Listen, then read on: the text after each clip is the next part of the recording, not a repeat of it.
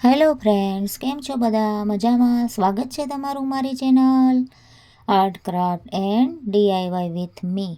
તો આજે આપણે જોઈશું એક છાપ ડેકોરેશન માટે ડોલ આપણે કેવી રીતે તૈયાર કરી શકીએ, અને તે પણ સાવ ઓછા બજેટમાં અને આપણી પાસે અવેલેબલ હોય તેવા મટીરિયલમાંથી.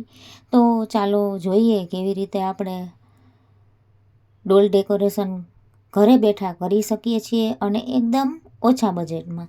તો આવી રીતે એક આપણે ડોલ લઈ લેવાની છે જે 30 રૂપિયાની કે એમ આવી જાય છે.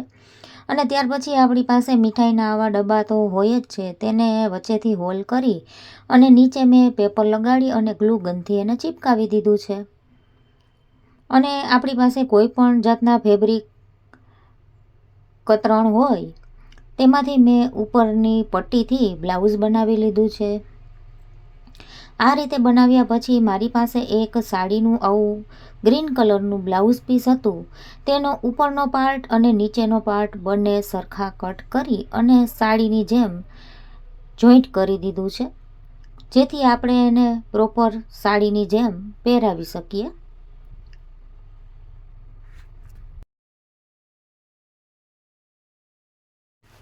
આવી રીતે કટ કર્યા પછી આપણે તે બંને છેડાને ગ્લુ ગનની હેલ્પથી ચીપકાવી અને એક લાંબી સ્ટ્રીપ તૈયાર કરી લેશું.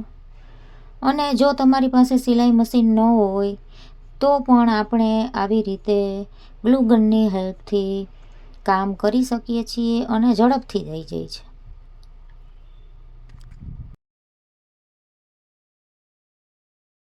ત્યાર પછી આપણે જેવી રીતે ગુજરાતી સાડી પહેરીએ એવી જ રીતે આ ડોલને આપણે સાડી પહેરાવી દેવાની છે અને ગ્લુ ગનથી ચીપકાવતું જવાનું છે.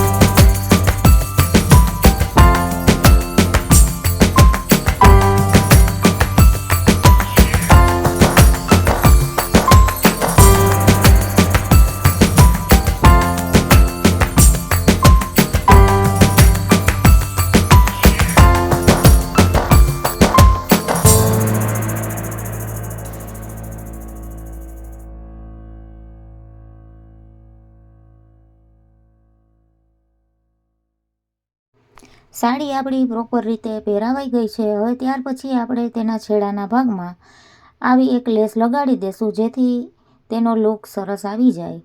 અને ત્યાર પછી પણ મને હજી આમાં કંઈક ઘટે એવું લાગે છે, એટલે હું આગળ આમાં હજી કંઈક વધારાનું ડેકોરેશન કરવાની છું. ત્યાર પછી મારી પાસે જે કંઈ લેસના ટુકડા પડેલા હતા તેમાંથી જ તેના હાથમાં લેસ લગાડી એના કંગન સેટ બધું તૈયાર કરી લીધું છે.